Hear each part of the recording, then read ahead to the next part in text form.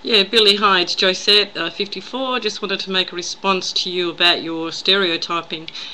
Um, I'm of mixed blood. My father's Maltese, and of course, living in Australia, I was out in the sun a lot, so I always grew up with very dark skin and curly, fuzzy hair.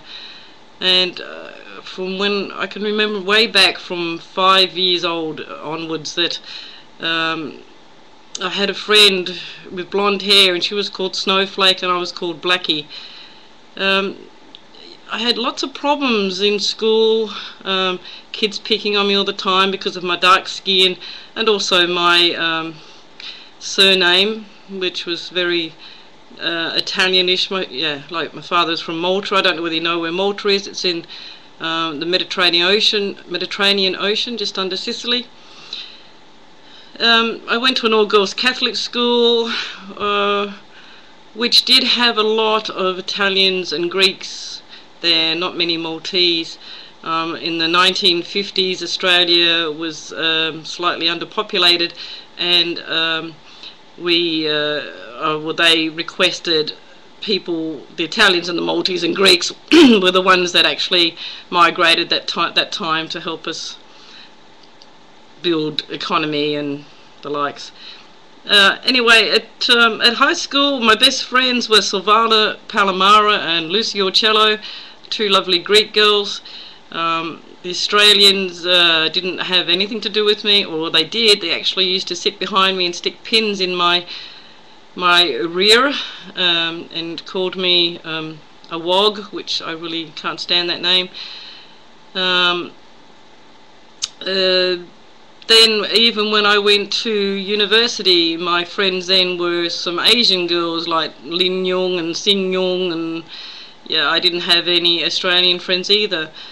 Luckily, as I got older, it got better. Whether I faded, I don't know.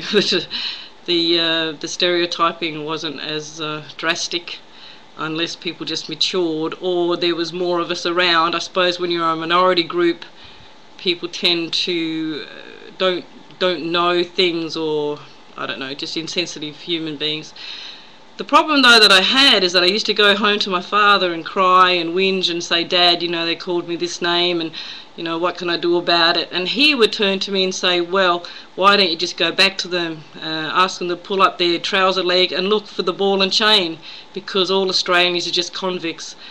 So I was in turmoil. I didn't know, was it a good thing to be Australian? No, we're convicts. Was it a good thing to be Maltese?